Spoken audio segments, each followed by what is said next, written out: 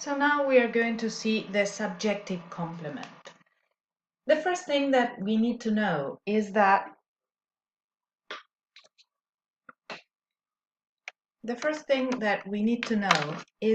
the verb is the main element in the sentence that is going to determine its structure. So here we've got the verb to be, for example, or the verb taste in the soup tastes bad. What do we have here? Jennifer is my sister. Is what we call a copular verb or copulative verb. What is a copulative verb or copular verb? It is a verb that links the subject and the predicate without giving much meaning. In the case of the verb to be, no meaning at all.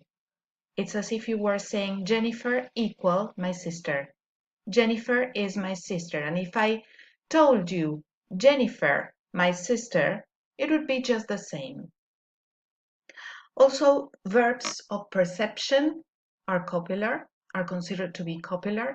The verb look in she looks good. The verb become in she became a queen, because become is a dynamic version of the verb to be. So we've got Jennifer is my sister. My sister is the subjective complement or subject complement. It has many different names. Predicative complement is another name. So subjective complement, when we say that it is the subjective complement, it is the function. When we say that it is a noun phrase, it is the category, the morphology. This is syntax. This is morphology. What is my? My is a possessive determiner. Here you've got the determiner system, the types of determiner, the types of determiners. There are articles. A and an are indefinite articles. The is a definite article. And here you've got possessives. This is the one that we have seen here in the sentence, my sister. And sister is the head of this noun phrase, and it is a noun. Head is the function. Noun is the category. This is syntax. This is morphology.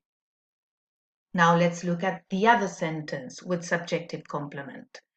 Subject is the soup, tastes bad is the predicate. The is the determiner, definite article. Again, here you've got the list. Soup is the head of this noun phrase, noun. And tastes is a copular verb. Bad is a subjective complement. And the category of this subjective complement is adjective. That is what it is. Bad is an adjective. Be careful. You cannot use an adverb here. That is why to say this soup tastes badly is wrong. You have to say this soup is bad. Another category is the one of adverbial complement or obligatory adverbial. I generally use adverbial complement, but the book that I took the information from or the explanation for you from uses obligatory adverbial, so that's why I added it here. So we've got here, the girl was in the park. As we can see, we've got the verb to be again. But what is the difference? The information that we've got here is not information about the subject, but it is information about where the subject is. That is to say, it is adverbial information. That is why this is not a subjective complement, because the subjective complement gives information about the essence of the subject, but this is an obligatory adverbial or adverbial complement. It is obligatory because you cannot say the girl was, and you cannot finish the sentence there. You have to go on. So in this going on, what you are giving is information about the place. So, function, obligatory adverbial. Category, prepositional phrase. Let's dissect this prepositional phrase.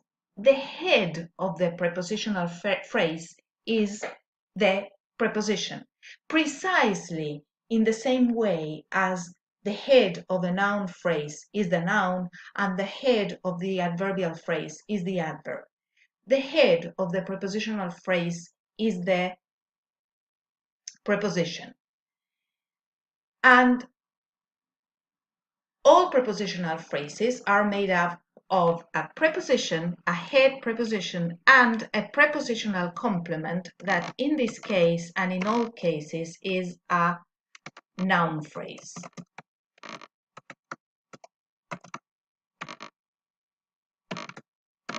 Okay, it is a noun phrase.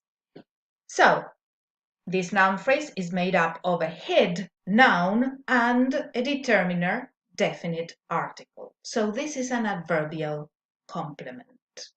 We have seen here the subjective complement and the adverbial complement or obligatory adverbial. In the next explanation, we are going to see we've got another example of adverbial complement or obligatory adverbial. That is, Mary lives near my house. What we have here is Mary lives, and if I say Mary lives only, it means Mary is alive. And what I want to say is where Mary has her house. So that is why it is adverbial, not to change the meaning of the word, of the verb. So this is an intransitive verb, and we've got an obligatory adverbial. Mary lives, and then the prepositional phrase, near my house. Then we're going to see the direct object, the indirect object, the objective complement, and the adverb.